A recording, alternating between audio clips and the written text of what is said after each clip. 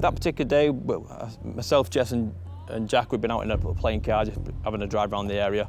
We were actually on our way back to the police station to come into the end of our shift. As we were driving past toward this area, Jess, being the eagle eye she is, she spotted some guy in a phone box, which we believe was potentially dealing drugs.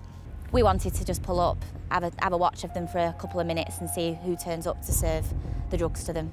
We heard this loud bang, really loud. It was louder than a firework, so we knew that it was... I mean, I've never heard a gun, but I looked at my colleague Rick, who was driving, and I could see the sort of sense of worry on his face. Me and Rick looked at each other and was like, that's a firearms discharge. As I looked up the street, I saw a male coming from the alleyway, and I'm identifying myself as a police officer. He made off at a run. You've not got time to just sit and have a chat and think, right, what should we do here? You go that way. We didn't have time. It was, let's follow him, let's go. We didn't even discuss it, to be fair. Rick drove, Jack jumped out, I jumped out. It's an oh shit moment. You think, right, what have I got? You over your head, you're thinking, right, taser versus gun, I'm losing. But it was broad daylight, there's kids everywhere, the street was busy.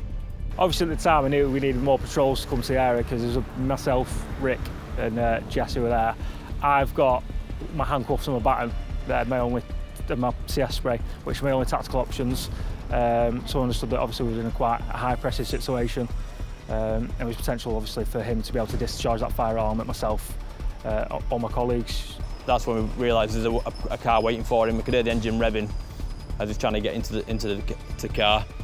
I've drawn my taser as the car's mounted to the pavement, and it's just driven towards us on the pavement, scraping the side of the houses and vehicles as it does so. It kept getting stuck as it hit the lampposts, and me and my colleague Jess were trying to smash the windows of the car with the batons. He's screaming for his mates to let him in the car, and then he rips the handle off, the back door handle in his hand. But then we're looking at each other thinking, where's the gun? We can't see the gun. Has he put it in his pocket? Is it under the car? Is it in the car? I'm just waiting for a shot. That's all I could think of, right? There's going to be a shot in a minute towards us, because I believe the gun was possibly inside that car at that point. I was trying to keep potentially out of their sight line, but I was just waiting for a bang. The car scrapes off and drives off. I could hear it scraping along the floor because I think the wheel was damaged. It's at that point I've seen my colleague Jack running just in my eyesight towards the getaway here. I think my adrenaline kicked in. Obviously, I kept my distance throughout chasing him on foot. As I knew, at the time of that, I hadn't seen that he discarded a firearm. Obviously, looking at my stay safe principles was ensuring that he was a bit of distance away from me should he want to turn around and be able to get hard cover.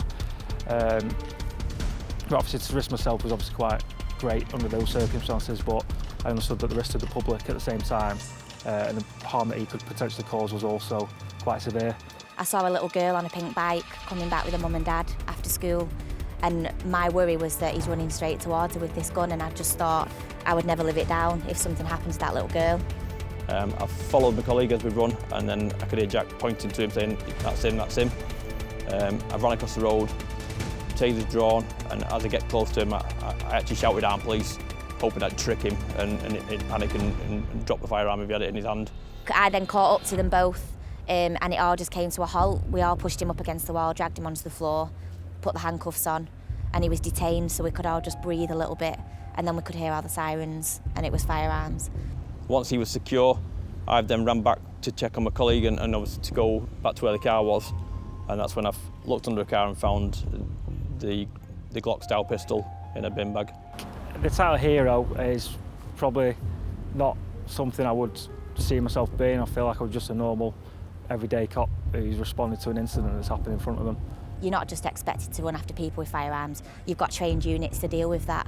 But I think when you're faced with that situation and you're as close to it as what we were, you can't ignore it.